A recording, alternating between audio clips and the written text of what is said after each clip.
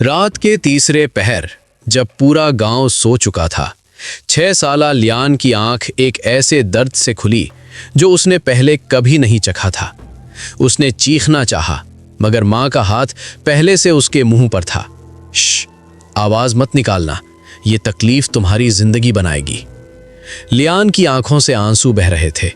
उसके छोटे छोटे पांव को कपड़े की तंग पट्टियों में इस तरह लपेटा जा रहा था कि उंगलियां तलवे की तरफ मोड़ी जा रही थीं। जबरदस्ती, बेरहमी से एक एक हड्डी को उसकी फितरी जगह से हटाकर।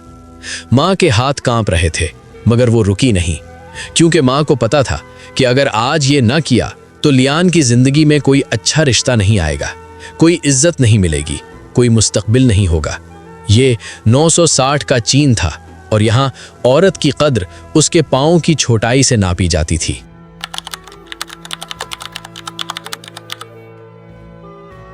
लियान झाओ सूबा हुनान के एक दरमियाने तबके के घराने में पैदा हुई थी। बाप रेशम का कारोबार करता था, माँ घर संभालती थी और लियान अभी तक इस दुनिया को समझने की कोशिश में थी जहाँ वो आई थी। वो बच्ची दौड़ना पसंद करती थी। सुबह सवेरे जब बाग में ओस पड़ी होती, लियान नंगे पांव घास पर भागती और कहकहे लगाती। उसकी माँ उसे देखकर मुस्कुराती, मगर उस मुस्कुराहट में एक उदासी छुपी होती थी जो लियान उस वक्त नहीं समझ सकती थी। माँ जानती थी कि ये आज़ादी आर्जी है। 6 साल की उम्र आते आते वो वक्त आ जाता है जब हर लड़की को खूबसूरत बनाना शुरू किया जाता है, और उस जमाने के चाइना में खूबसूरती का मतलब था 3 इंच के पाँव, कमल के फूल जैसे पाँव। ये नाम था इस तकलीफ का। कितना खूबसूरत नाम, कितनी जालिम हकीकत।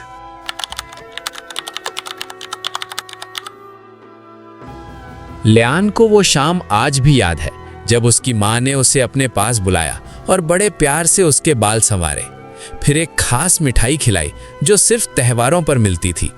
माँ, आज क्या हुआ है? लियान ने पूछा। माँ ने जवाब नहीं दिया, बस उसके पांव थाम लिए और देर तक उन्हें देखती रही, जैसे कोई किसी चीज को आखिरी बार देख रहा हो, जानने के बावजूद कि फिर वो ऐसी नहीं रहेगी। इस रात लियान के पांव की उंगलियों को गर्म पानी में भिगोया गया, फिर उन्हें नरम कपड़े से साफ किया गया। फिर माँ ने लंबी सफेद पट्टी उठाई। लियान ने महसूस किया कि कुछ गलत होने वाला है। उसने पांव खींचना चाहा, मगर माँ की पकड़ मजबूत थी और माँ की आंखों में आंसू थे। यही वो लम्हा था जो लियान को सबसे ज्यादा डरा गया। जब माँ खुद रो रही थी तो फिर जो होने वाला है वो कितना बुरा होगा।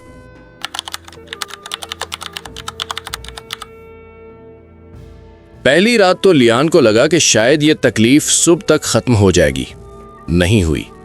दूसरे दिन और ज्यादा तंग बांधा गया। तीसरे दिन उंगलियां और नीचे मोड़ी गईं। हर हफ्ते पट्टी तब्दील की जाती और हर बार पाँव को मजीद छोटा करने की कोशिश होती। लियान को बुखार आ गया, पाँव सूज गए, जिल्द फटने लगी, कुछ जगहों से पीप आने लगी। माँ रोते हुए साफ करती और फिर बांध देती, क्योंकि रोकना मुमकिन नहीं था। अगर दरमियान में छोड़ दिया तो पाँव अधूरे रहते, ना पूरी तरह छोटे ना फितरी, और ये उससे भी बड़ी मुसीबत होती। लियान ने माँ से कई बार इल्तिजा की, माँ बस करो, मुझे शादी नहीं करनी, मुझे बड़े पाँव ठीक है। माँ का जवाब हमेशा एक ही था, बेटा तुम अभी नहीं समझोगी। और ये भी सच था। एक 6 साला बच्ची क्या समझती कि वो एक ऐसी दुनिया में जी रही है जहां औरत की कीमत उसके दर्द सहने की सलाहियत से लगाई जाती है।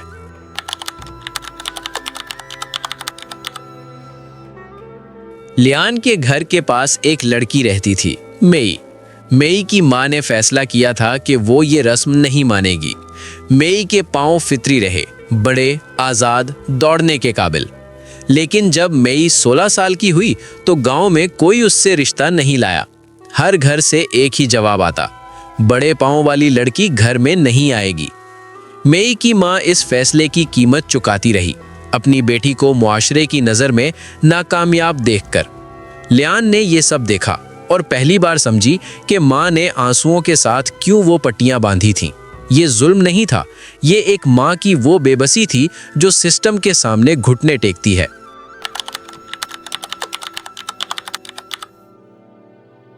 दो साल के बाद जब लियान के पांव इतने छोटे हो गए जितने होने चाहिए थे, तो उसे चलना सीखना पड़ा, दोबारा, एक बिल्कुल नए तरीके से।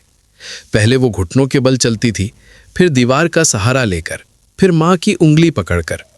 उसकी चाल वो नहीं रही थी जो कभी थी। वो तेज दौड़, वो बाग की सुबह, वो घास पर नंगे पांव भागना, सब खत्म हो चुका था।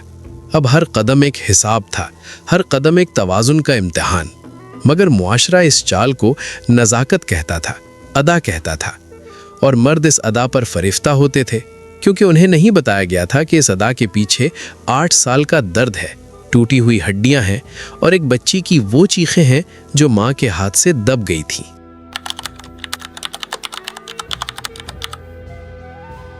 लियान की शादी 18 साल की उम्र में हुई। शौहर एक ताजिर था, पढ़ा लिखा, खुश इखलाक।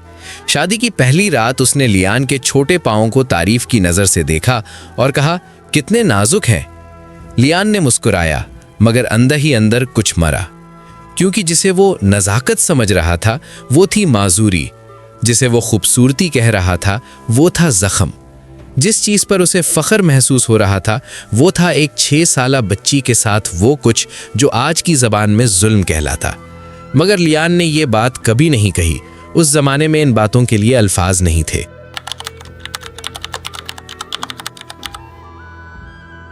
लियान की पहली औलाद बेटा था, दूसरी औलाद बेटी। जब बेटी 6 साल की हुई तो लियान ने खुद को उसी दौराहे पर खड़ा पाया जहां कभी उसकी मां खड़ी थी। पट्टियां तैयार थीं, गर्म पानी तैयार था। लियान ने बेटी को अपने पास बुलाया, उसके बाल संवारे और फिर रुक गई।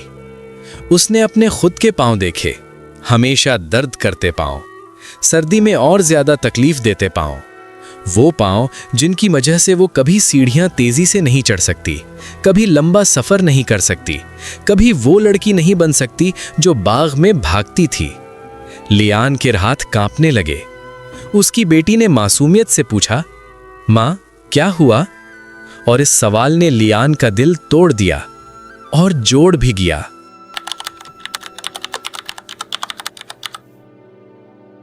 लियान ने वो पट्टियां नहीं बांधी। ये इतना आसान नहीं था जितना लगता था। शौहर नाराज हुआ, सास ने ताने दिए, गांव वालों ने बातें की, कहा कि लियान पागल हो गई है, कि बेटी का रिश्ता नहीं होगा, कि ये माँ अपनी बच्ची की दुश्मन है। मगर लियान ने एक बात सोची थी जो उसकी माँ ने कभी नहीं सोची, या शायद सोची थी मगर कह नहीं सकी। अगर दुनिया बदलनी है तो कहीं से शुरू करना पड़ेगा। ये बगावत नहीं थी, ये मोहब्बत थी, वो मोहब्बत जो डर से बड़ी हो जाती है।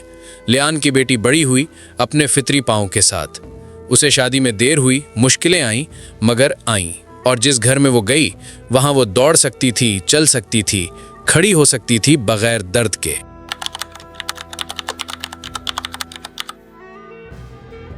लियान की कहानी कोई एक कहानी नहीं, ये 10 करोड़ औरतों की कहानी है। 10 करोड़। ये वो औरतें हैं जिनके पांव इस रस्म की नजर हुए 10वीं सदी से 20वीं सदी तक, 1000 साल तक, जब तक 1912 में चीन की नई हुकूमत ने इसे सरकारी तौर पर गैर कानूनी नहीं करार दिया। ये सिलसिला चलता रहा और इसके बाद भी दूर दराज इलाकों में कई दहाइयां जारी रहा। हर बार एक माँ ने रोते हुए पट्टियां बांधी, हर बार एक बच्ची ने रात को तकिए में मुंह छुपाकर रोया, हर बार एक मुआशरे ने उसे रिवायत का नाम दिया।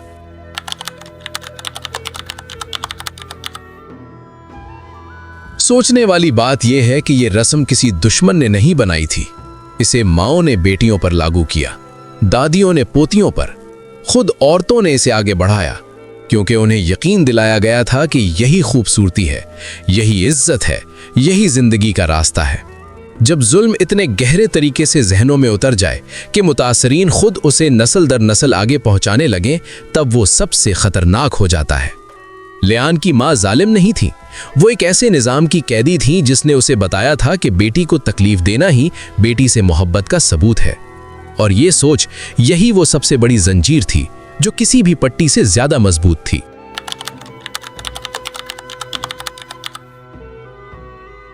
लियान बूढ़ी हुई तो एक पोती ने उससे पूछा, नानी क्या आपको माँ से नफरत हुई जब उन्होंने ये किया?